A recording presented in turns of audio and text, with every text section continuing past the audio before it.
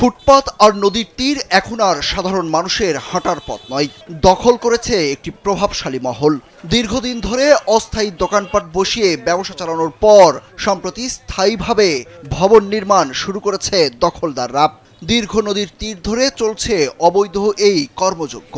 স্থানীয়দের প্রশ্ন, প্রশাসন জানে, দেখেও কেন চুপ? আগে ছিল খোলা ছিল, এখন সব দিক দিয়ে বন্ধ। এই দিক দিয়ে মার্কেট হয়েছে, এগুলো তো আমরা জানতাম সরকারি জায়গা, এটাও জানতাম সরকারি জায়গা, কিন্তু এইভাবে রাস্তা বন্ধ হয়ে গেলে আমরা চলবো কেমনে? নরসুন্দা নদীর উপর স্থাপিত শহরের গৌরাঙ্গ বাজার ব্রিজ, এই ব্রিজের পাশে গত 1 বছর আগে কোনো স্থায়ী স্থাপনা ছিল না। নীল মজাদার গোলমার্ক বক্স, কুরমুরে বাইটে ফুরফুরে লাইফ। তীর ঘেঁষে ফুটপাতে অস্থায়ী দোকান ছিল, সম্প্রতি সেই জায়গা দখলে নিয়ে নদীর তীর ঘেঁষে গড়ে তোলা হচ্ছে ইট বালু সিমেন্টের স্থায়ী ভবন। স্থানীয়দের অভিযোগ, এসব ভবন নির্মাণে জড়িত এক প্রভাবশালী মহল। এটা কিরকম কষ্ট বোঝানোর মতো না। হাঁটার জায়গা যখন দখল হবে আমি কোথায় দিয়ে যাব? আমি তো রিক্সার জায়গা দিয়ে যাব। রিক্সার জায়গাতে যখন আমি যাব, রিক্সা কোথায় দিয়ে যাবে? সাধারণত এইভাবেই যানজটটা সৃষ্টি হয়। গৌরাঙ্গ বাজার ও বড়বাজার ব্রিজ এলাকায় এখন ফুটপাতের 1 ইঞ্চি জায়গাও ফাঁকা নেই। এমনকি শিশুদের বিনোদনের জন্য নির্মাণ করা পৌর শিশু পার্কের প্রবেশের রাস্তাও দখল করে গড়ে তোলা হয়েছে দোকান। কাপড়, কসমেটিক্স, জুতা, খেলনা, কাঁচামাল, মাছের বাজার, এমনকি খাবারের দোকান পর্যন্ত ছড়িয়ে পড়েছে মানুষের হাঁটার জন্য নির্মাণ করা পুরো ওয়াকওয়ে জুড়ে। প্রশাসনের দৃষ্টি আকর্ষণ করছে এটা একটু দেখার জন্য, কারণ এটা প্রশাসন ছাড়া সাধারণ মানুষ তো কিছু করতে পারবে না। কিশোরগঞ্জ শহরে নির্দিষ্ট কোনো হকার মার্কেট না থাকায় বাধ্য হয়েই ফুটপাত ও ব্রিজের উপর দোকান বসিয়েছেন হকাররা।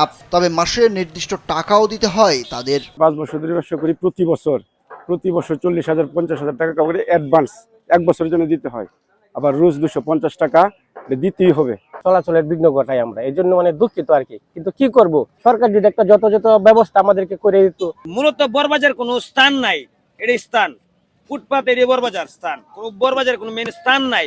নদীর তীর ঘেঁষে স্থায়ী দোকান নির্মাণকারীরা দাবি করছেন এই জায়গা সরকারের নয়, বরং তাদের নিজস্ব সম্পত্তি।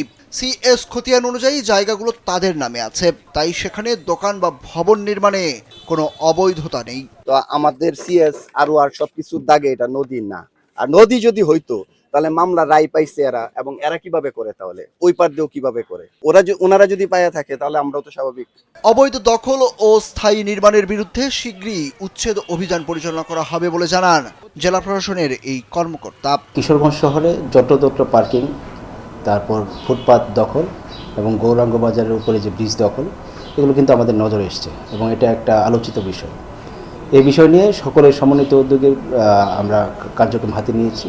ওয়াকওয়ে বন্ধ করে স্থাপনা করার কোনো সুযোগ নেই, সে বিষয়টাও আমাদের দৃষ্টিগোচরে এসেছে। আমরা ইনশাল্লাহ আমাদের সম্মানিত জেলা প্রশাসক স্যারের উদ্যোগেই আমরা সকল ব্যবস্থাপনা হাতে নিচ্ছি।